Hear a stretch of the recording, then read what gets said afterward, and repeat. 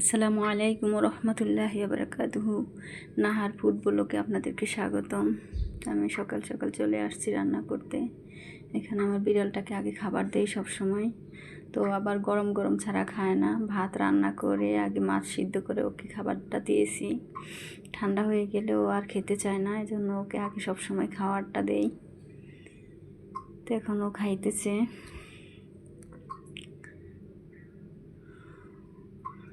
ঠান্ডা কোনো জিনিসই খায় না।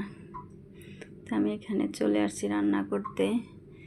মশলাটাকে কষিয়ে নিয়েছি। তো এখানে কোরাল মাছ দিয়ে আজকে সিম দিয়ে, ফুলকপি দিয়ে, টমেটো দিয়ে, আলু দিয়ে রান্না করব। তো এখন মাছগুলোকে একটু কষিয়ে নিতেছি।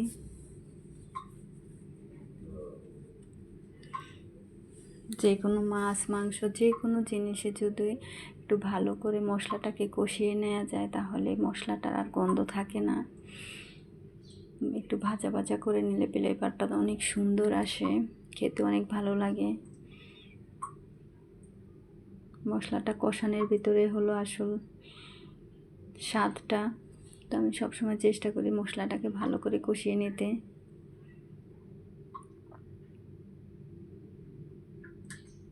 তো আমি সময় নিয়ে একটু আস্তে আস্তে মশলাটাকে কষিয়ে নিতেছি।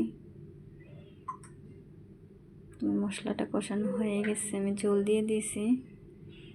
তো এখন আমি জল থেকে একটু মাছগুলো তুলে নিতেছি। কোরাল মাছ তো এমনি ভেঙে ভেঙে যায়, তো এই জন্য যেহেতু সবজি দিয়ে রান্না করব, মাছগুলো একটু তুলে নিতেছি। তারপরে তো নাড়াচাড়া করিনি, তারপরেও 2 পিস মাছ ভেঙে গেছে।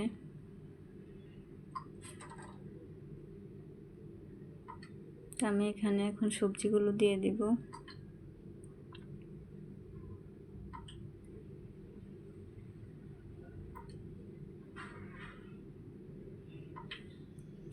চ্যানেলটাকে একটা লাইক দিয়ে সাবস্ক্রাইব করে রাখবেন।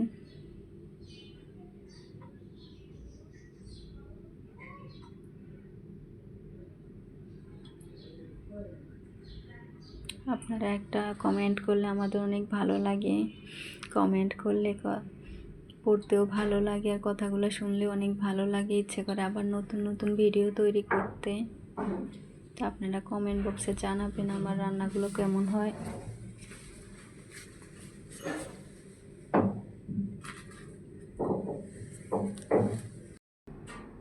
আমি এখন ঝোলটা দিয়ে দিলাম, দিয়ে একটু নাড়াচাড়া করে উপরে মাছগুলো দিয়ে দিব।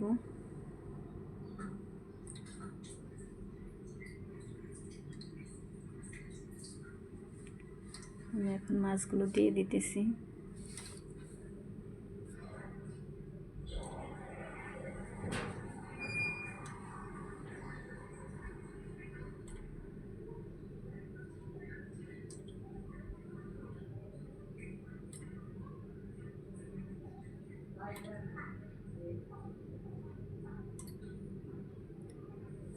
মাছগুলো দেওয়া হয়ে গেছে আমার। এই তো আমার তরকারিটা প্রায় হয়ে গেছে। এখন আমি একটু ধনিয়া পাতা দিয়ে দেব। তো আপনারা আজ আমার এই পর্যন্তই ভিডিও। আপনারা ভালো থাকবেন, সুস্থ থাকবেন। আবার দেখা হবে নতুন কোনো ভিডিওতে। আল্লাহ হাফেজ।